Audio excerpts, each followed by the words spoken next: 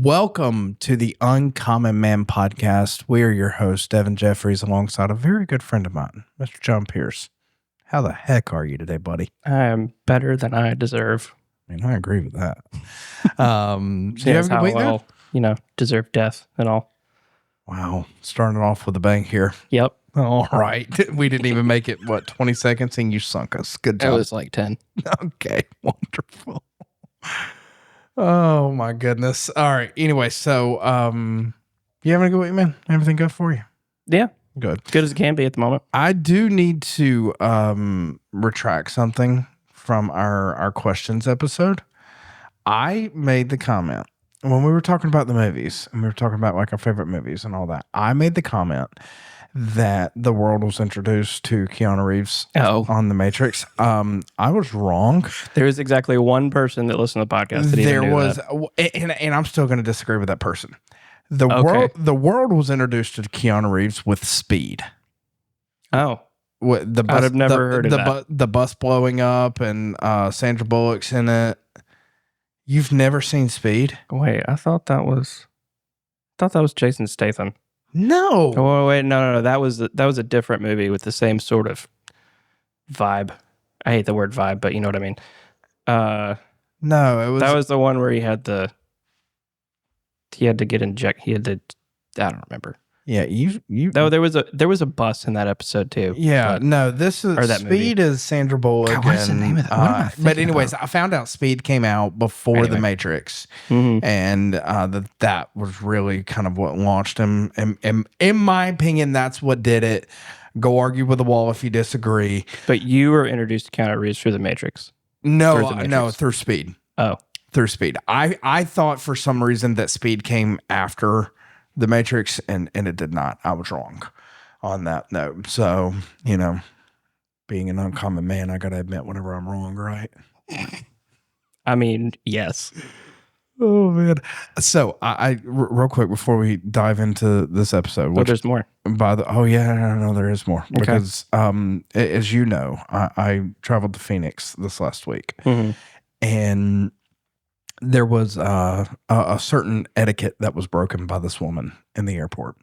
So if you are not aware, the etiquette of the airport is you don't talk to the person you don't know, right? Like, that's just weird. I mean, some people do. I mean, sure. Okay. So there's this woman that at 5:30 in the morning, she has decided to engage in conversation with the guy next to me. Thank God I was left out of this because and this dude, by the way, was not having this conversation. Like, he never, not one time looked up from his phone. And then she gets sat 2 rows behind me on the plane. Now, I'm watching Lone Survivor on my iPad. All right. It's like a 2-hour flight, it's a 2-hour movie. We're good to go, right? Mm-hmm. And I hear this woman over my AirPods, over the sound of a war movie, telling the entire airplane what she was doing. Like, everybody, number one, cared. But then number two, I found out she was going to Hawaii to visit a friend. And I didn't realize at the time, but I had put my bag in the compartment right above her. So I go to retrieve my bag after the airplane has landed. And she is looking down, and then like, she's not paying attention to the fact that I'm closer to her than me and you are at this table right now. We can almost smell each other's coffee breath. She was on the aisle seat. She was on the aisle seat, and I was reaching above her. Yes, I put on deodorant. I was reaching above her to get my bag. And she's looking down, not paying attention to the fact that I'm trying to reach above her. And I get the bag and I said, "Excuse me, ma'am, I'm so sorry. Let me just grab this real quick right here." And then she's still looking down. She looks up. She makes direct eye contact with me. And then she goes, "Oh, wow, you're cute." Okay. Anyways, and then bolts off the plane. Like, I've never said, all right, dead serious. That was the exact same look that I had. And so let me set this, like, okay, this is like mid 50s, bleach blonde hair, insanely red lipstick, like Barbie doll, Yeah, we Barbie got it. aged. You see what I'm saying? got Barbie the picture. aged. Yep. Okay. And we're now we've moved to waiting to get our bags. And the woman who was sitting with her just turns around. She looks dead at me. She said, "Did that woman say to you what I think she said to you?" I said, "What do you think she said to me?" She said, "Did she say that you were cute?" And then walked away. And I said, yes, she did. And she goes, "And you're married because I see the ring on your finger." And I went, "Mm-hmm."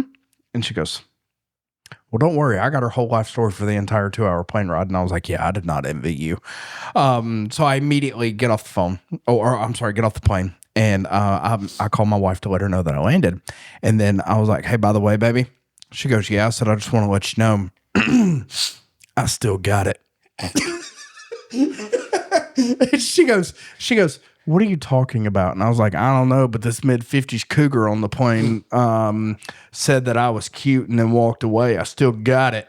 She goes, "All right, babe, I'll see you when you fly back home."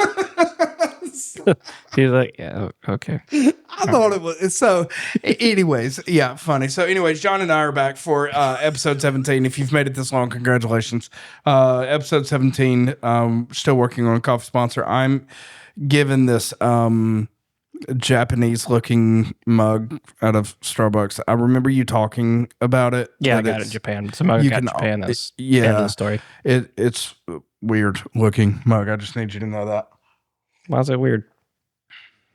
It's got Japanese things on it, like Mount Fuji. Why there's a cat, I don't know, but and fish and ramen, and now I'm hungry. All right. Anyways, so episode 17. Oh man, Paul, the Apostle Paul. Yes. So this episode is kind of brought because we got some very good feedback on the episode that we did about David. And that, what a lot of people may not know, that podcast was recorded months ago and was kind of reserved like... They know. I put it in the episode. Okay, cool. It kind of put in the bank, you know, so to speak. Like, we'll pull this one out whenever the Lord reveals that it's time. Like we recorded it and we were like, I don't know about this one. It doesn't really have a topic. Like it had a topic. John, it was just David. And we were like, what are we trying to say here? And we were talking about David, and that was pretty much it. And truth be told, both of us thought it sucked. I did. When we got done. No, both of us did. And then we put it out there, and everybody came back and was like, "No, man, that was an awesome episode." So they loved it. So we said, okay, well, what if every now and then we just kind of broke down like a different biblical character? So today, not character, because that makes it sound like it's not. I know. Everybody you know what I'm saying? That. They say Bible like, characters, like a Bible, somebody who is in the Bible. We'll go with that. Personality. No, that's worse. That's worse. That's worse. The Apostle Paul. How did you do that? Make it worse? Yes. I'm really good at it. Okay, cool. Give you a chance, you'll mess up a good thing, right? So Paul. He went from Saul of Tarsus to the Apostle Paul. Mm-hmm. We're talking a murderer of Christians to the apostle to the Gentiles, and a man that authored 13, he's accredited anyway, 13 of the 27 books in the New Testament. There's some discussion on whether some of those he wrote or not. Whatever. No. Beside the point, he murdered Christians, wrote a good chunk of the New Testament. Like, that's a heck of a life story turnaround in and of itself. Yeah. When we were in seminary, one of the things we actually did was we kind of broke down like how many could he have been attested to have written. Mm-hmm. He could have been attested to have written 19 of the 27 books. Oh, really? Yeah. Wow. So, like, there's a bunch. So, I guess commonly accredited to 13? Yeah, he's very commonly accredited to those. He could have written as many as 19. Most theologians settle on around the 15, 16 number. Mm-hmm. But that was... Regardless, we're not trying to have a debate on that. Right, and I'm not here to debate that. But saying that to say this was a man who literally murdered people, like unalived them. I think it's the 2026 term. He unalived them. I hate that so much. Please don't say it again. Well, you ruined it. Let me ruin it, all right? And then goes on to write 2/3 of the New Testament. Yeah. Like, that is absolutely insane. But let's start kind of back further. You said he was Saul So Saul of Tarsus, Tarsus. a Roman citizen, very highly educated under, I always mispronounce this. Gamaliel. Gamaliel? That guy. That guy. He was very high up in the Sanhedrin. For those that don't know, this is like 10-ish people that are over all of Judaism. Like what they say goes everywhere in Judaism. So he's trained. How do you say that? Judaism. Okay, there's multiple pronunciations.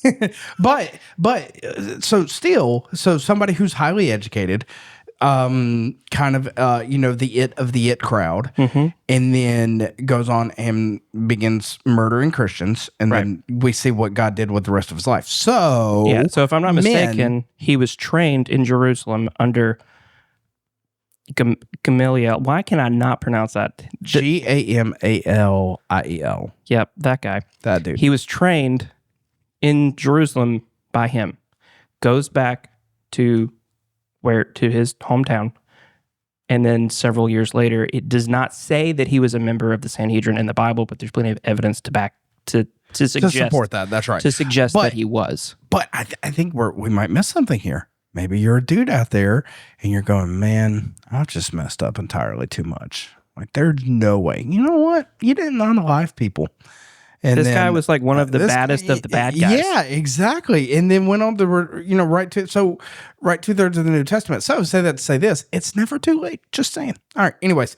We're talking about the death of Stephen. So the Bible does not say that he casted any stones, but Acts 22, 19, and 21, this was Paul's account.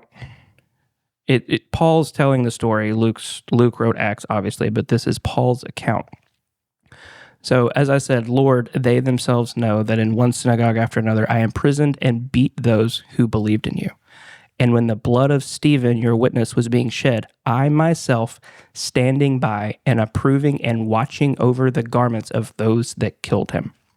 And he said to me, go, for I will send you away far away to the Gentiles. Like, he watched the coats. Like, he was like, all right, you guys give me your coats, go stone that guy. He was in a position of authority. Yep. But see, here's the thing. He didn't just disagree with Christians. He hunted them. He actively hunted them. He was like, oh, there's a group of Christians over there. Okay, let me go over there and take care of that. He, like you said, in Acts 22, 19, and 21 through 21, he consented to Stephen's death. Literally said, yep, no, go kill him. That's fine. But see, here's the thing. He was not simply a weak man who got saved. He was actually someone who was incredibly strong who got redirected. And, whenever I was like prepping for all this, one of the things, if I'm trying not to, we need a bigger table. Anyways, whenever we were talking, you had actually put this point in there that he was not a weak man who got saved. He was a strong man who got redirected. I was like, you know what? I've been working out now for a few weeks. Maybe I'm a strong man who got redirected. Maybe I can be. I'm cutting that out. So, come on, man, I just thought about this too. There's a guy, I don't know if this man's still alive or not. He was an evangelist. Maybe he is. I don't know. He was pretty old when I met him, and I was like 12. But his name is Bill Say. He's an evangelist who was a drug kingpin. Went to prison. He wanted to get out of the mafia, is what happened. And the mafia was like, all right, cool. You can get out, but they killed his wife. Jesus. And he goes to prison for killing his wife. Dude was on death row. Somehow or another, I don't know the whole story. I don't remember because, again, I was 12. But he gets out of prison and is an evangelist and travels around the country preaching. Let's go. Like this, I remember being 12 years old. He was preaching at our church. My dad was the pastor of. And he's sitting in our living room. Like, you actually met the dude. Yeah, he's sitting in my living room telling us his story. Holy And then I crap. heard him preach. Wow. And hearing him preach, even at 12 years old, I was just like, holy crap. Yeah. Kind of similar. Yeah. I don't know that he killed people. I'm pretty sure he didn't, but Well, I mean, we won't go there. But anyway, so when we, of course, know the history of Saul and what Saul did, I think the next piece to kind of cover is really his conversion. And a lot of people know about the road to Damascus. Yeah, and what happened. Just to clarify here, we're not gonna go into detail on all of Paul's life and his missionary journeys and everything. We've got to we're gonna talk about here in just a second of the things that Paul did to make him uncommon. That made him That's uncommon. Right. That's right. So before we get to that, his conversion on the road to Damascus. Here in Acts 9, 4-6, and falling to the ground, he heard a voice saying, Saul, Saul, why are you persecuting me? And he said, who are you, Lord? And he said, I am Jesus, the one who you're persecuting. But rise, enter the city, and you will be told what you are to do. So let's go back to the very beginning. He called him by name. He did. And he didn't just say it once, he called him twice. And I don't know if that's why I do what I do or whatever, but I have anybody that knows me knows this. If you call me and I don't answer, and it is an absolute emergency, and you need something right then and there from me, double call me. Now, here's the problem. You think that's what Jesus was doing? You think he said Saul and Paul, and you didn't answer, and he said Saul again? Or was it just Saul? No. Saul. No, I think he was that determined to get Saul's attention that he used his name twice. To get the blinding light probably did the trick. Well, probably so, but I mean, like it was. And my dad can't be the only one to have ever done this, okay? But it's kind of like if my dad just said Devin, and my little 12-year-old brain. I mean, you were meeting dudes who were former killers and now preaching and all this other stuff. I was, probably getting in trouble for something. But if my dad said Devin, I wouldn't necessarily pay as much attention as if he said Devin and then dropped my middle name, which I'm not dropping. So, but that was how I knew, like, oh crap. Like, it's time to straighten up. I need to listen to the next words that are being said from his mouth. Right. A lot of people skip over that and just say, Saul, Saul, why are you persecuting me? He was bound and determined God was going to get Saul's attention. He then sent him a blinding light, a voice from heaven, and he was knocked to the ground. Blinding, like he was literally blind. Yes, completely blind. And then he just asked him a very simple question. He said, Saul, why are you persecuting me? God didn't ask what he was doing. He asked why. He didn't say, what are you doing because God knew that answer. Mm-hmm. Why? Why are you persecuting me? And then that led into 3 days of complete blindness with no food, no water, just silence and reckoning. And there's a whole nother story in and of itself with Ananias. Sure, but we're going to open his eyes. But regardless. But there's something to be said there as well with Ananias. Ananias was just a man living his life out in a city, and then God called upon him. Right. But and told him what he was going to do. And he knew who Saul was, and he was like, you're kidding me, right? Seriously, you want me to go? That guy, do you know what that guy's done? I am a Christian. God, are you trying to get me killed? Like, you have to think Ananias doing what he did was extremely brave. But how many of us as men are just living our lives and we completely miss when God's trying to do something cool for us? God had a unique plan for Ananias, right? That he was going to use him. Because if Ananias did not listen and follow through on what God said to do, could God have gotten somebody else? Sure. Yeah, absolutely. If he had said no, he would have given it to someone else. He would have exactly. How many of us are completely missing it whenever it comes to what God wants to do in our lives and in our families? Pay attention. Go back to the episode on listening, and when God speaks, say yes. Go do the thing. Regardless, go do the thing. And what was happening was Ananias did the thing. He did what he was tasked to do. You see, so there's something here that you don't want to miss. So Paul was blind for 3 days. Sometimes God has to shut everything down to get our attention. Mm-hmm. He shut everything down for Paul for 3 days. Paul's sitting there. Paul doesn't know that Ananias is going to come make scales fall away from his eyes, right? Paul is like, I'm blind. I don't, like, what am I doing with my life? I can see now, I can't see. He spent 3 days blind and wondering, what am I doing with my life? This is real. Jesus is real. He really did die on the cross, and he really did rise again. That's right. This is real, and I'm out here persecuting Christians. But see, here's the part that I think a lot of people miss. The blindness was not a punishment. It was a preparation. He was preparing me. He got his attention and made Paul realize the truth. So, and where I think that applies to us today. Sometimes God's going to take you down a path that you would never have gone down on your own. Sometimes he's going to have to shut everything down so that when you look to him, he can then begin to put you on the path that you were always meant to be on. That's right. Now, we're all not necessarily going to have a blinding light, right? But yeah, please don't. That just seems terrifying to me. That's not something that's necessarly just going to happen to everyone. But this was before sunglasses, and I mean, and again, after this, Paul had. We're not gonna draw out the map here. We're not gonna tell you Paul went here and then this happened. Like we can do that in another episode if someone really wants us to. What I want to get into here is what made Paul uncommon thereafter. That's right. So let's read Philip. Do you want to read it? Yeah, Go ahead. Sure. In Philippians 3:13 and 14. The reason I want to read this is I actually had to memorize this in seminary, and it was probably one of the hardest I memorized verses. this when I was like 7. I paid thousands of dollars to have to memorize this verse. Philippians 3. God, I hope none of my professors listen to this. Philippians 3:13 and 14. Brothers, I do not consider that I have made it my own, but one thing I do, forgetting what lies behind and straining forward to what lies ahead.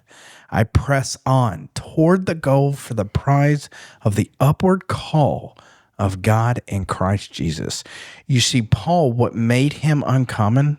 Number one, he was focused. Focused on what? He was focused on the call that God had given him, the mission in his life. He was mission focused that God had given him. He refused to let his past define him. How many of us and how much of our lives could change and be better if we learn to forgive ourselves of our mistakes, to not live in the past. Before we talk about, well, you already talked about living in the past, but what I want to point out there, mission focused. You can apply that to so many aspects of your life. Like if the mission is the focus, then the obstacles that get in the way are nothing more than speed bumps. That's right. If you're not focused on the mission and you're more focused on whatever path you're on and not the end goal, then those speed bumps become roadblocks. But see, too many of us view those speed bumps and those roadblocks as inconveniences, when the reality of the situation is this: how many of the inconveniences do we put ourselves in? Well, that's true, and they might. Well, do you see where I'm going with that? I got you, but the reality is they might be inconvenient, but at the same time, they're just that. They're just a little inconvenient, and if you're focused on the mission, you will quickly find a way to overcome that and still move towards your end goal. That's right. The end goal being what God has ordained for you and for your life. And there was a funny story, or not a story, but a funny situation that happened whenever I was leaving Phoenix, flying back to Birmingham. There was this guy sitting in a chair, and his buddy was with him. And he's just sitting there, and you can tell the guy's starting to get like heated, like stewed. And he asked the TSA guy, I heard him say, "Can I just go through the scanner?" And the TSA guy goes, "Nope, once you've opted out, that's it. You can't go through until you've been thoroughly searched and patted down." And I go through the line. And I just looked at the TSA guy, and he just kind of nodded to me, and he said, well, the guy refused to go through the scanner. And so me kind of being my funny self, I turned back to the guy sitting in the chair, and I just looked at him. I said, is that the time out chair? And he turns around and he goes, no, I'm sitting here because I refused to go through that scanner. But you know what? I think next time I'm just going to go through the stupid scanner. He didn't say stupid. He said, I think I'm just going to go through the stupid scanner because this is an inconvenience. And I straight up looked at him, dead faced and all. And I said, an inconvenience caused by who? Like, you did it, buddy. And then I walked through the scanner, and his buddy went, oh. And then I walked through the scanner, and I never saw the guy again. And I was just like, bro, you are sitting here getting mad over something you literally caused and did. But we're getting a little off topic here. Yeah, but sorry, squirrel. But I mean, so it's a valid point. He was focused. He was focused on the mission. What that dude's mission should have been was getting through the freaking scanner so that you can get your butt on the plane. Here's a bit of an extreme example of being mission focused. So you know what happens when a submarine? So okay, story time. A little bit of for reference here. When a submarine is on mission, i.e., maybe somewhere where there may or may not supposed to actually be, got to be super quiet, can't be found, that sort of thing. Mm-hmm. Everybody, like there's all kinds of measures to be as quiet as possible. Like doors come off of hinges. People don't wear boots. You wear tennis shoes. That kind of thing. Okay. You be as quiet as possible. Quiet as a mouse. There are lots and lots of very detailed rules on that. I always lost quiet as a mouse. Guess what happens when you're on mission and someone dies? I don't know if I want to know the answer. They go in the freezer. No. Dead serious. I assume regular ships are the same way. Again, this is an extreme example, but what are you going to do? Like, what are you going to do? Sure. Just pop up and get everybody killed? No. You put the guy in the freezer, everybody files it away in one of their little waffle squares. Remember Waffles and Spaghetti if you haven't heard that episode yet. Father in heaven. And it sucks, but I mean, thankfully, I don't think that really happens very often. Okay. I didn't have that happen. Anywho, so the focus is the mission. You accomplish the mission. In the same vein, in certain circumstances, if something catastrophic happens with your family back home, someone will be notified of that. Whether that information gets to you or not until you get to a port is determined by your chain of command. Like if someone close to you died. Because the mission has to stay on course. Correct. Under no circumstances can we deviate. And Paul was somebody who was just that. Right. He was so focused on the mission that God had given him. He didn't live in his past.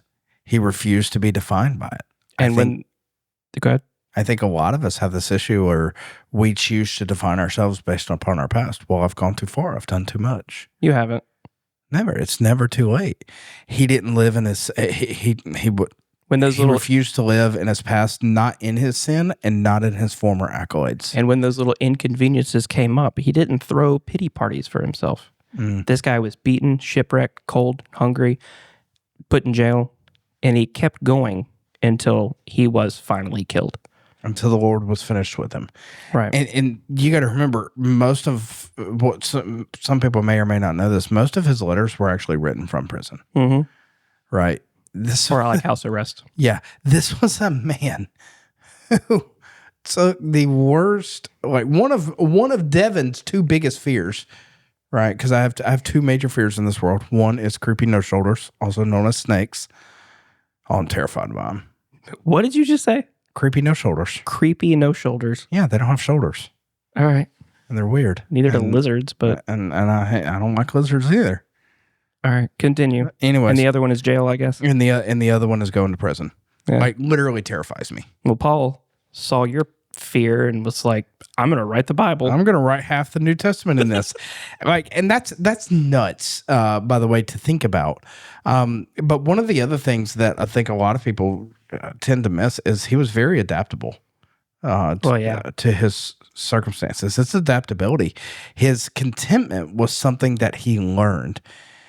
And this again goes back to being right back to the beginning. He was focused on the mission. So all of these things that came up, he was like, okay, adapt and overcome. Let's go. How can I? Oh, you guys want to kill me? Guess what? I'm a Roman citizen. I'm getting a little bit ahead here. I'm going to say it anyway. Let me appeal to Caesar, and then I can go to Rome. I can preach to everybody between here and there when I get there. Right, because as a Roman citizen, if you appealed to Caesar, who was the emperor at that time, if you appealed to him as a Roman citizen, it meant that you were automatically going to go see him. Tell me God didn't have a plan when he picked Saul. That's right. But going back to his adaptability, and the contentment was something that he learned. You have to remember, when you're on a mission from God, it's going to cost you. It's going to cost you things. For Paul, it cost him something to get everywhere he went. Yeah, there's something I've learned over the past several years and there's actually a book, blanking on the author's name, but it's called The Obstacle is the Way. And it's about Stoic philosophy, really, but there's a lot of truth to that. Generally speaking, if you have two roads to go down, the harder road is generally going to be the better road. Ryan Holiday. Yep, that's it. If you choose the more comfortable path or you choose the harder path 9.5 times out of 10 is going to be the right road. When we choose Jesus, we're not picking the easier path. No. We're picking the path with what the outcome that we want on the other end, right? You got heaven or hell. We're picking the correct path, but it is not the easier path. You're right. Paul chose the harder path. When we choose Jesus and we choose a life that is to follow him, we are choosing the harder course. And the thing about it is this: the path to get to where you want to be and the path to get to where the Lord has you is typically not going to be the easier one. But here's the crazy thing about that. Yes, it is going to be the more difficult path because Satan's not going to attack somebody that's not living for God. If you're not pursuing God, if you don't have Jesus in your life, every single person who doesn't is going to have a Jesus-sized hole in their heart. Yeah. Every time. Dude, that's so true whenever it comes to like even relationships with those that we love the most here on earth. You know, like whenever I was traveling last week, it was fun sitting, in a hot tub overlooking the desert and this beautiful pool and this hotel and this amazing sunset and all this other stuff. But do you know how lonely I felt? Like how bored I was because my wife wasn't there? Like it was awful. And in that sense of like, I missed her. Like that, you see what I'm saying? Yeah. So that's what I'm saying. Like to your point of saying like, you're going to have those moments where you will question it, but you will not feel as fulfilled. There will be as you said, that Jesus-sized hole in your heart. Tell us, all right, so we know that Paul was somebody who was focused. He didn't live in his past. He was tough. He was strong. He didn't throw pity parties for himself. He didn't whine about everything. And when those hardships did come up, you skipped one. He was adaptable. Yeah. And then the hardships came up, and what did he do? He rejoiced. Philippians 4:4. Rejoice always. Written from a prison cell. Can you imagine? You're sitting in prison. All of a sudden, you know what? Rejoice always, baby. Wait, hold on. That's a song I learned in Sunday school. Okay, we're not going back. No, that remember far. it? Rejoice in the Lord always, and again I say rejoice. Rejoice in the Lord always, and again I say rejoice. Rejoice. Yes, I do remember it. Anyways, so suffering. He did. Suffering, yes, produces perseverance. So all of us suffer to some point in our lives.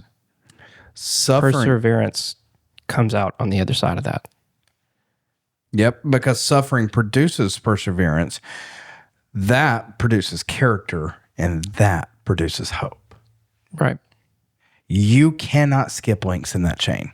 I'll say that again. Suffering produces perseverance, which produces character, which produces hope.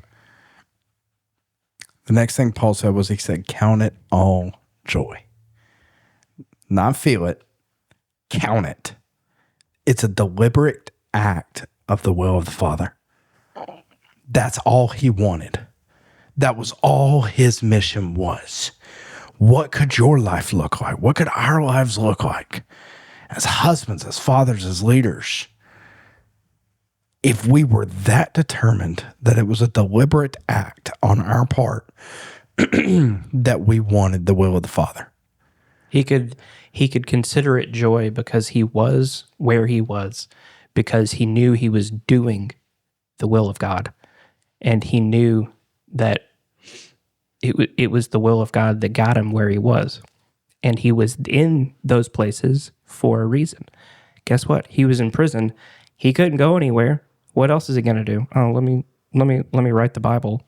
Yeah, it's no small thing, right? He was there, and he was allowed time to write. If he wasn't, tell me this: what did Paul do? He went around to all these different cities, planting churches, building churches, guiding them, writing them letters.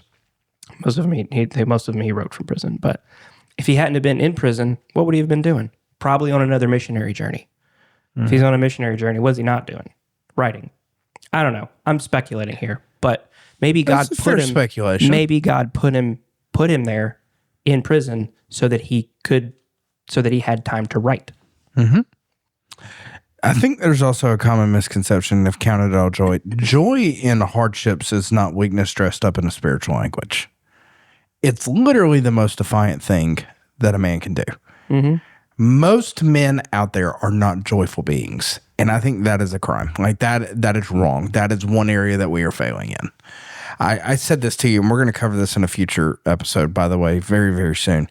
But men live in an emotional straitjacket. And I'm going to dive deeper in that in a future episode. But we refuse to. We focus on the next thing that makes us happy, and we've defined the difference on this podcast of the difference between joy and happiness. Joy and hardship is not weakness dressed up in spiritual language, and we have to move past that. We need to seek joy in our lives. We'll talk about the defiant aspect of that real quick. Yeah, go for it. Some people are naturally a little bit defiant. I would probably include myself in that. And what we mean is when you're faced with hardships, you're naturally you want to sit and slump and be depressed and hope it all goes away. Being joyful is literally saying, "Oh, you want me to be sad? Nope. Screw you. You give me two options. I'm going to pick the third option. I'll make my own option." Yeah. That's me in a nutshell. But 100%. Regardless, Paul was like, "Oh, you put me in prison? I'm going to be happy about it." So actually, when Brittany and I were starting to date, she had dated one guy before me. Like she married the second guy she ever dated. Good for her. And right, such a smart woman. And the ex's mother still attended the church. The ex did not whenever Brittany and I started dating, but his mother did. That woman hated me with every fiber of her being. And like every single Sunday morning, I mean, she avoided me like the plague. And I went out of my way and people were like, "Oh, you're being such a, whatever."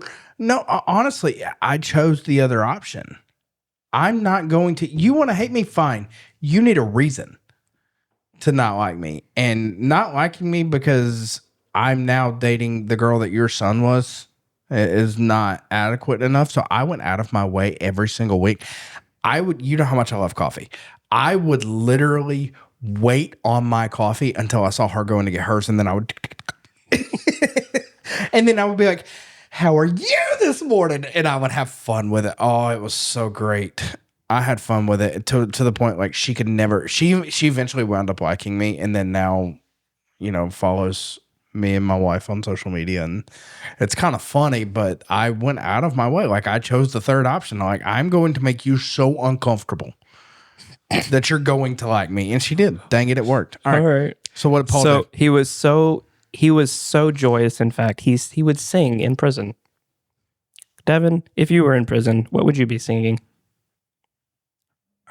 That's a good question. It wouldn't be Hopefully- hymns. It wouldn't be praise songs. Hopefully nothing for the sake of those around you, unless you're by yourself. But, Ouch. I mean, same. You could probably sing better than me. You didn't you didn't like my rendition of the children's song? Not even a little bit. I think that's fair. Okay. I would not. He be rejoiced singing. in hardships. He was in prison and sang about it. The Lord said, "Make a joyful noise." James 1, 2, and 3.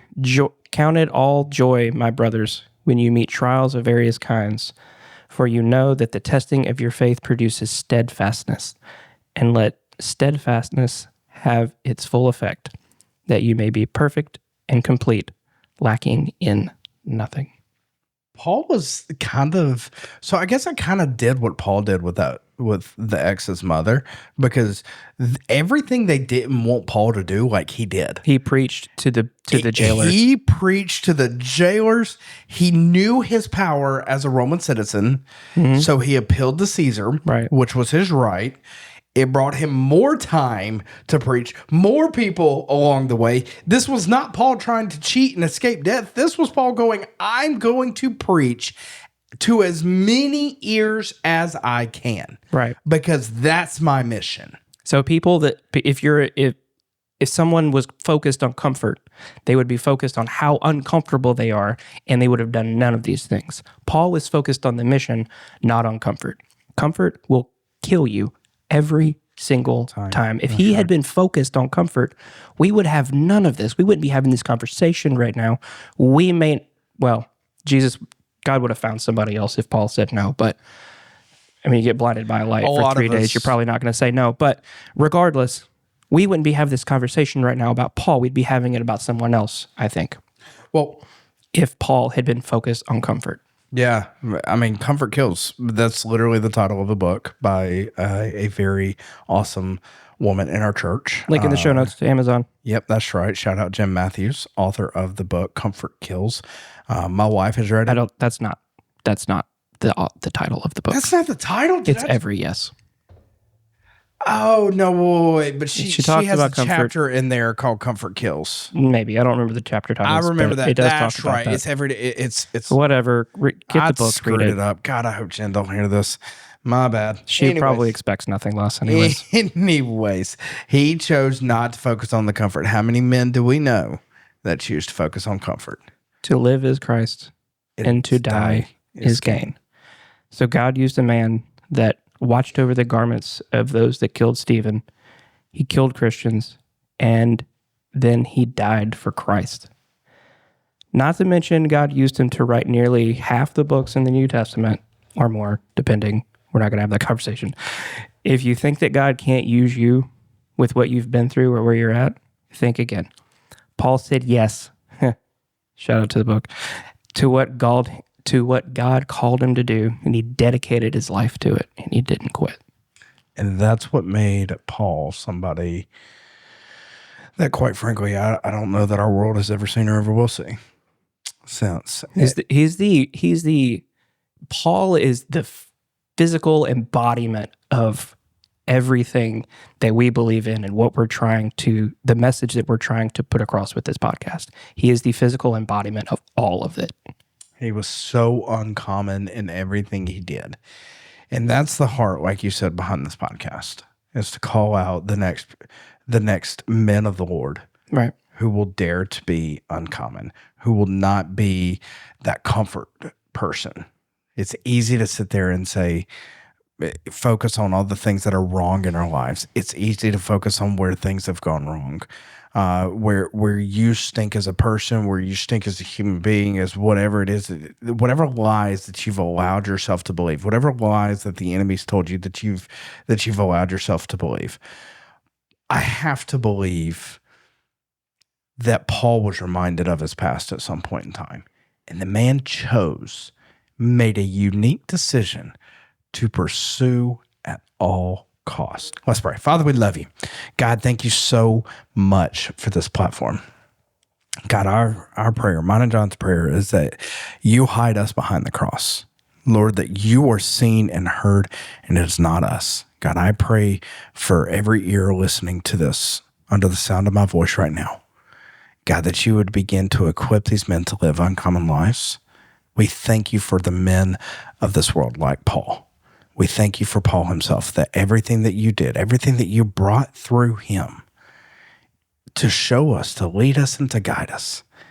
We thank you for that. And I pray, Lord, that you enable and empower the men listening to this to have that same fierce tenacity that Paul did, to be mission focused, to not worry about the mistakes of the past, but to focus on the mission of the future that you have for each one of their lives. God, we love you. We honor you. We thank you today. In Jesus' name, amen. Thanks for listening. Remember to like, share, and subscribe. If you know someone who would enjoy this, please pass it along. You can follow us on Instagram at uncommon.man or reach out at theuncommonman.podcast@gmail.com. Keep pursuing excellence, and above all, pursue Christ.